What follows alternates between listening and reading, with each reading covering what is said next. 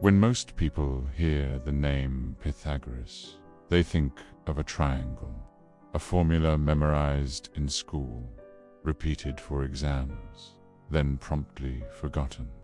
But that famous equation, a squared plus b squared equals c squared, is only the surface.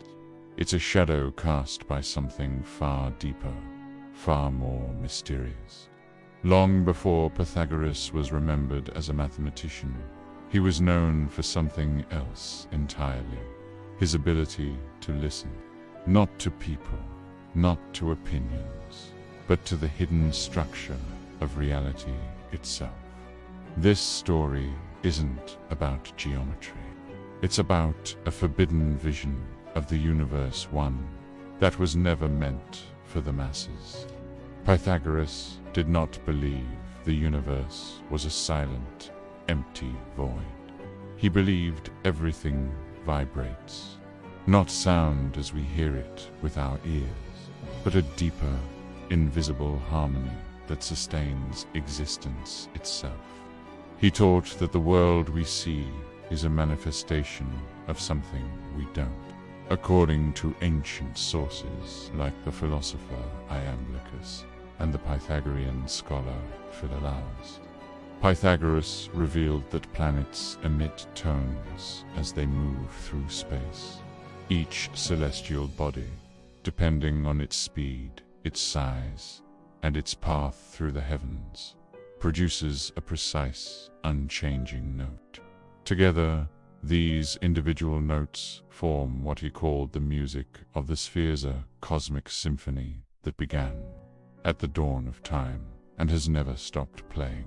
So, a natural question arises: if this grand, celestial music is all around us, why don't we hear it? The answer, according to the Pythagoreans, is as simple as it is profound. We don't hear it because we are born inside it. We have never known a moment of its absence. They used an analogy. It's like a blacksmith who becomes so accustomed to the constant clang of the hammer that he no longer notices the sound. We are like fish who don't know they are in water. The music is the very medium of our existence, the background hum against which all other sounds are heard. We are so immersed in this cosmic vibration that it has become our silence. To truly understand Pythagoras, you must forget everything you were taught about numbers as lifeless, abstract tools for counting and measuring. For him and for his followers, numbers were living principles. They were divine archetypes, the fundamental forces that give shape and order to the chaos of potential. One was not just a digit, it was unity, the source, the indivisible origin of all things. To represented duality, the first split, creating tension, opposition, and the very concept of other. 3 was harmony, the resolution of that tension, the principle of reconciliation and completion. 4 was structure, the foundation of the material world, representing the 4 elements: earth, air, fire, and water. Numbers were not invented by humans. They were discovered like laws of nature. They were the invisible architecture of the cosmos. Pythagoras's great revelation came not from pure mathematics, but from music. He discovered that harmonious musical intervals, the sounds that are pleasing to the human ear, always corresponded to simple whole number ratios. An octave is a ratio of 2 to 1, a perfect fifth, 3 to 2, a perfect fourth, 4 to 3. This was not a coincidence. It was a cosmic key. If sound, something so ethereal and intangible, obeyed precise mathematical laws, then everything else must too. The beauty we perceive in music is not a subjective preference. It is our soul recognizing the same mathematical harmony that governs the planets, the seasons, and the very atoms that make up our bodies. What pleases the ear reflects a deeper, universal order. This profound knowledge was never just theoretical. It was intensely practical.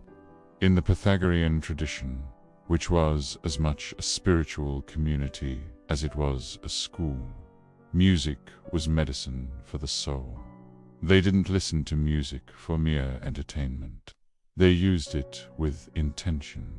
Specific melodies, specific modes and rhythms were prescribed to calm the mind and prepare the soul for sleep, purging the agitations of the day.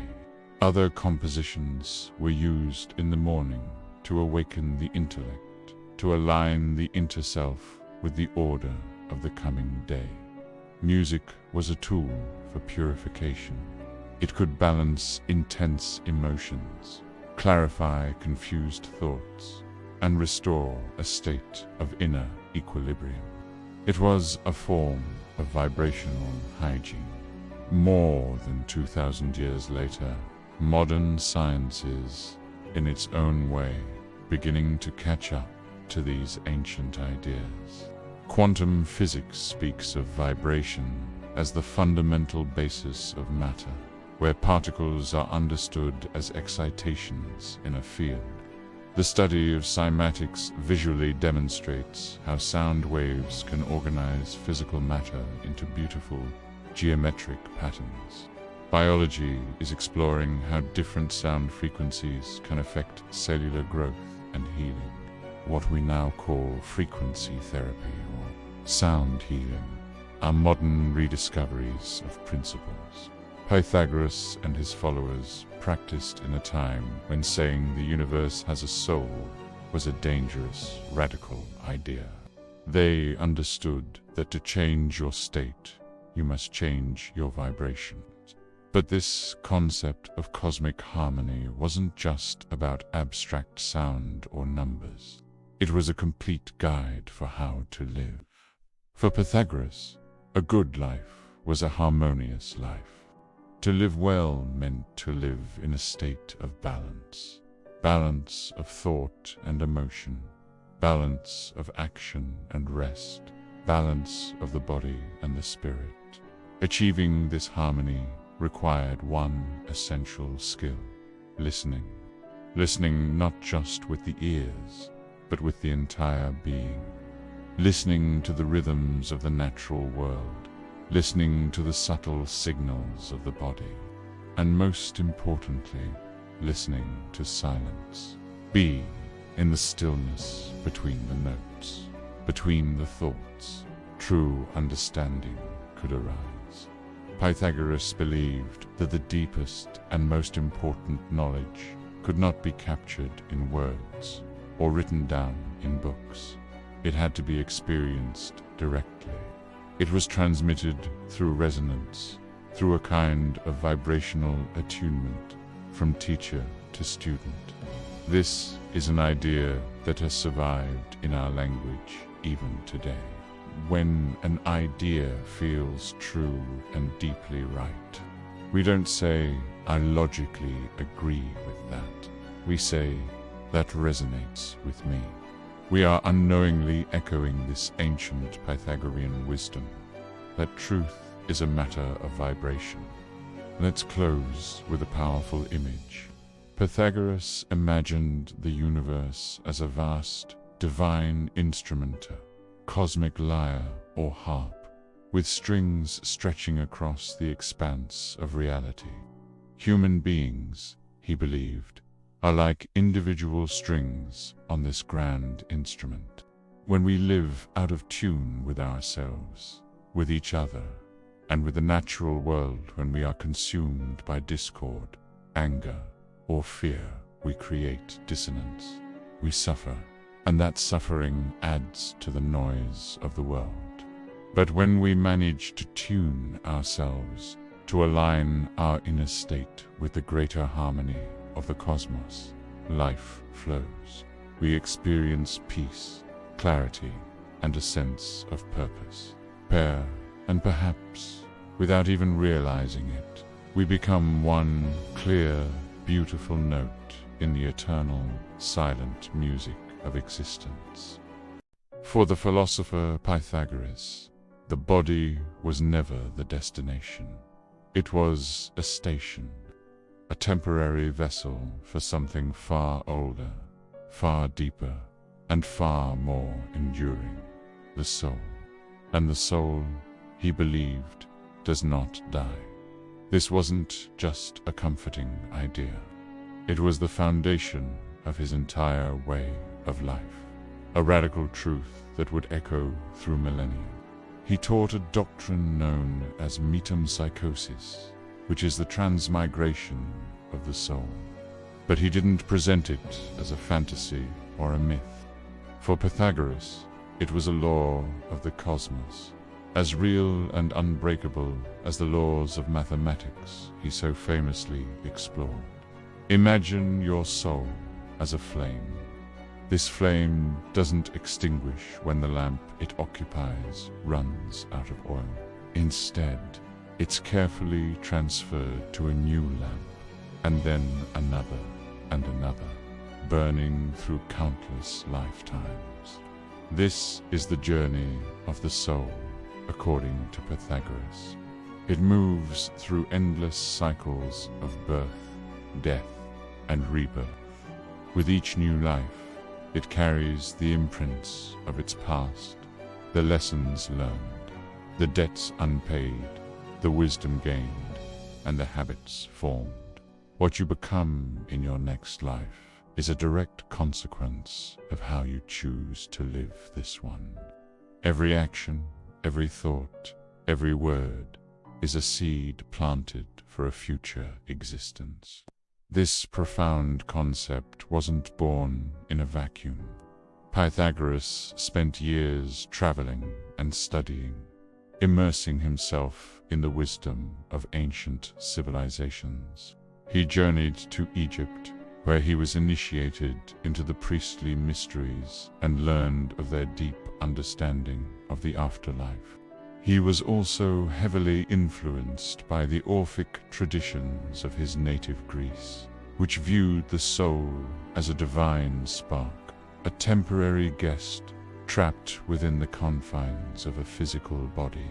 It was from these traditions that Pythagoras adopted the powerful metaphor of the body as a prison. But this wasn't meant to be a grim or pessimistic view. The prison wasn't a punishment. It was a training ground. It was an arena where the soul could be tested, refined, and ultimately prepared for its liberation. So, if the body is a prison, how does one escape? The answer, for Pythagoras and his followers, was not found in external rituals, public ceremonies, or blind worship of the gods. Liberation was an inside job. It was achieved through a rigorous and relentless process of daily discipline, a practice of purification. This wasn't about seeking forgiveness from an external power, but about cleansing the soul itself from the inside out. The Pythagoreans practiced a life of meticulous order and self-control. They believed in controlled speech, understanding that words have the power to create or destroy. They practiced ordered thinking, training their minds to follow logic and reason rather than impulsive emotion. They used elevated music not for entertainment, but as a form of medicine for the soul, believing specific harmonies could restore balance to a troubled mind. They adhered to a strict code of ethical restraint, acting with integrity and justice in all their dealings.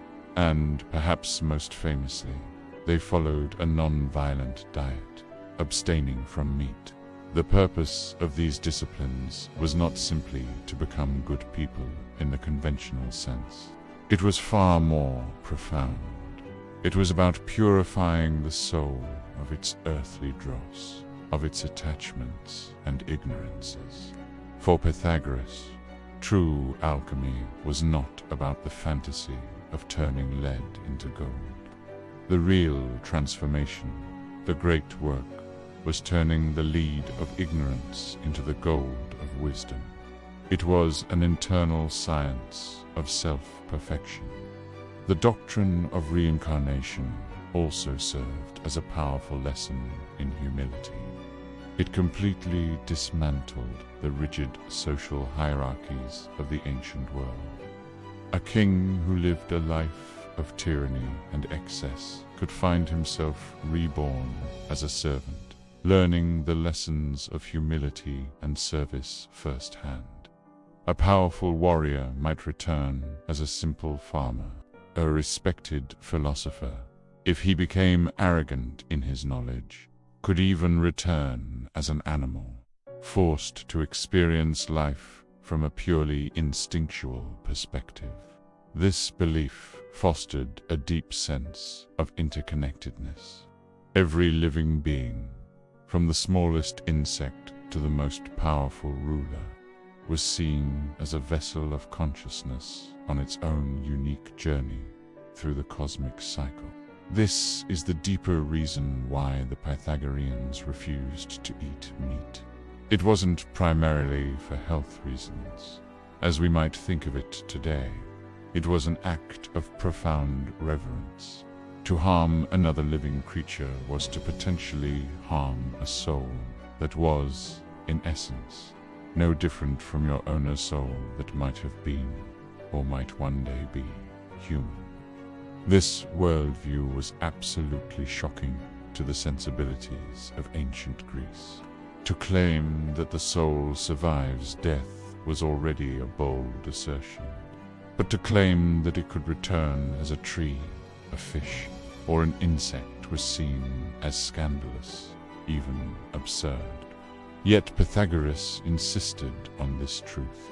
He taught that the ultimate purpose of life was not mere survival, pleasure, or the accumulation of wealth and power. The true purpose was liberation. Liberation from the endless, unconscious cycle of repetition, the wheel of birth and death.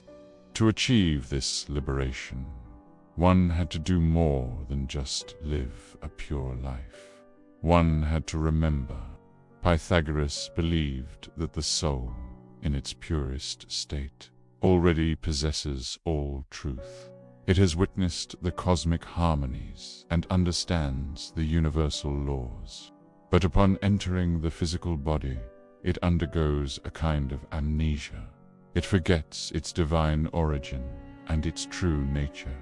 The entire philosophical journey, then, is a process of remembering. The Greeks had a word for this: anamnesis. It means the recollection of what has been forgotten. Every discipline the Pythagoreans practiced: philosophy, music, the study of numbers. Even periods of strict silence were not goals in themselves. They were tools.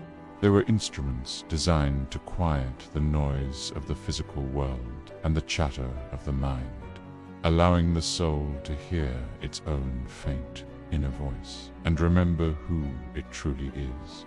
When Pythagoras taught his students about the properties of triangles or the ratios of musical harmony, he wasn't just teaching mathematics or music theory. He was handing them a key. He was giving them a map that, if followed with unwavering discipline and sincere intent, could lead them out of the prison of the body and back to the boundless freedom of their true, immortal self. The journey was long, the discipline was hard, but the destination was nothing less than the rediscovery of the divine within.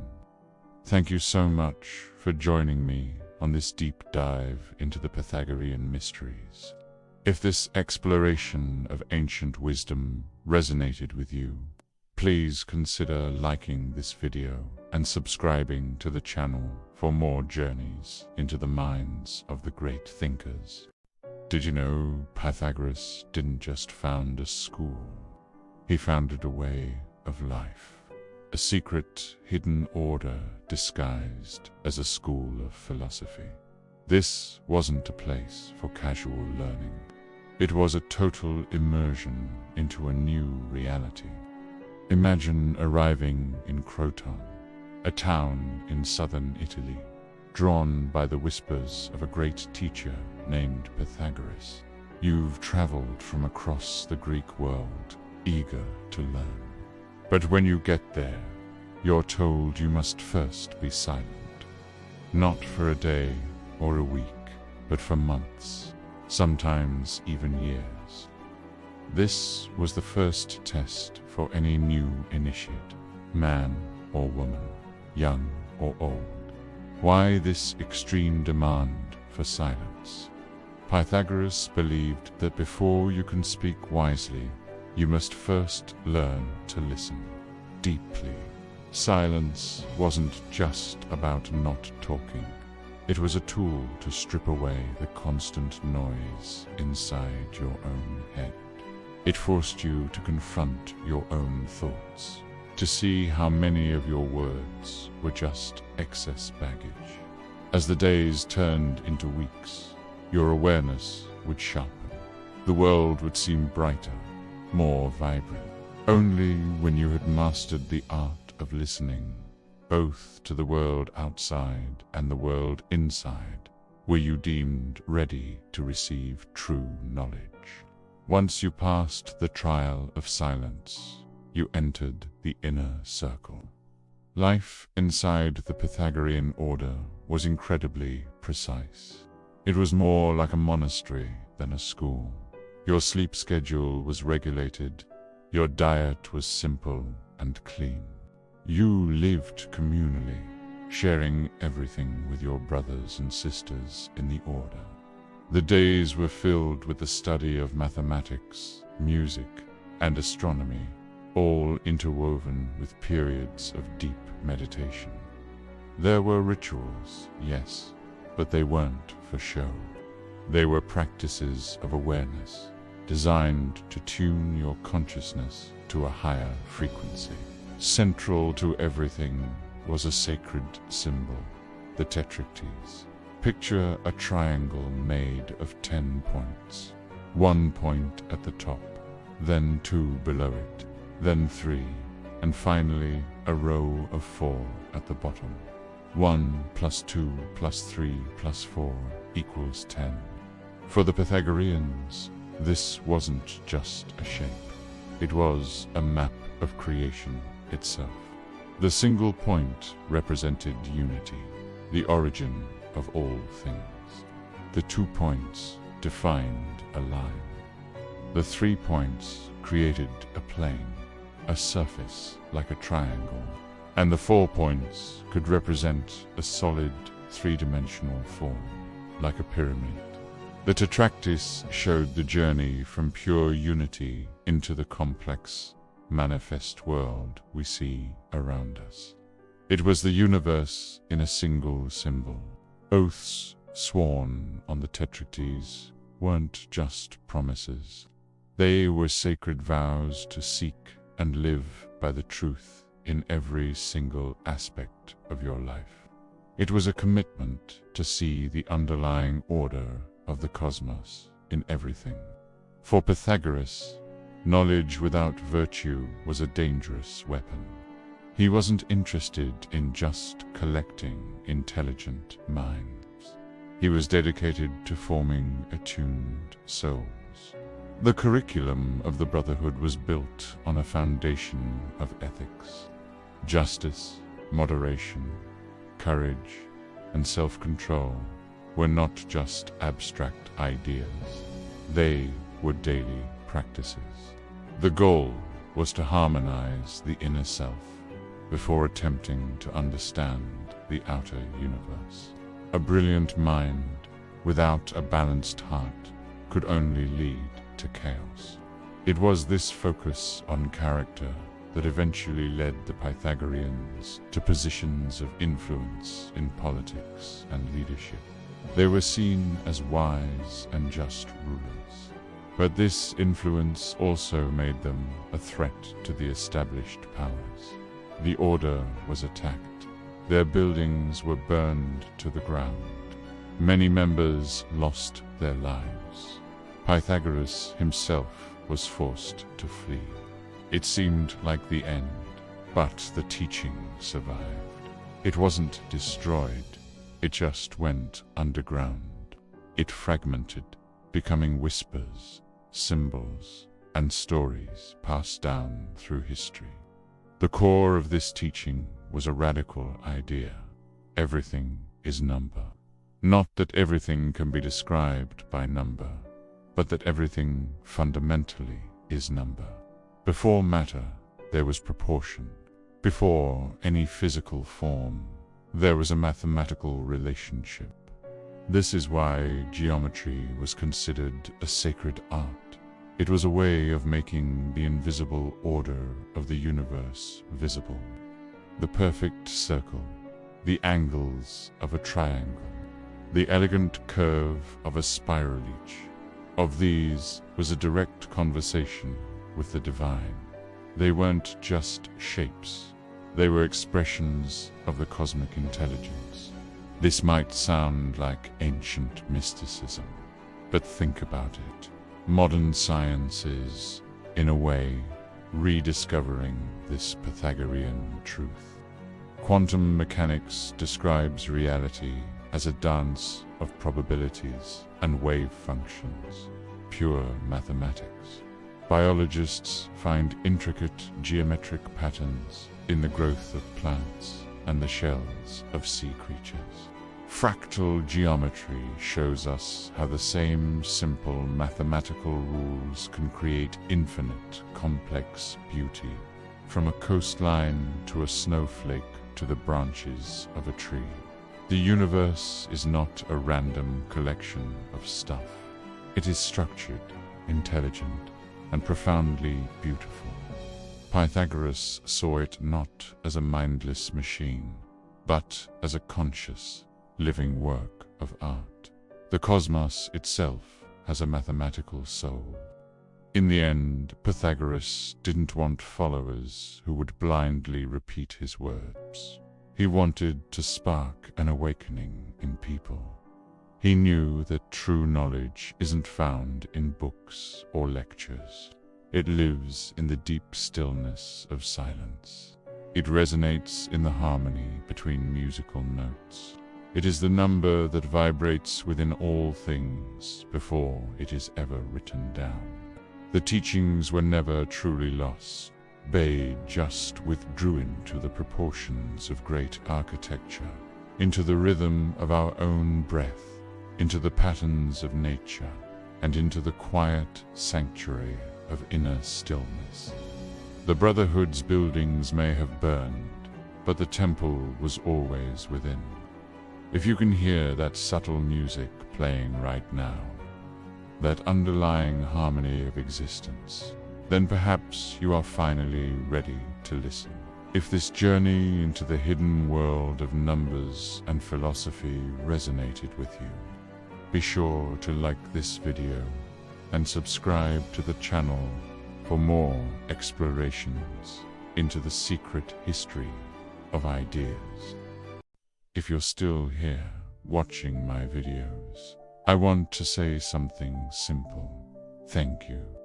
In a world of endless noise and distractions, the fact that you choose to spend your time here means more than you can imagine. It means you're one of those rare people who wants to go deeper, question reality, and look inside yourself, not just outside. I'm honestly happy that there are people who share these interests, these questions, this search for meaning. So if you feel this space resonates with you, hit the like button, subscribe to the channel, and share this video with someone who might need it. Your support helps this content reach more people who are also quietly searching. Thank you for being here, really.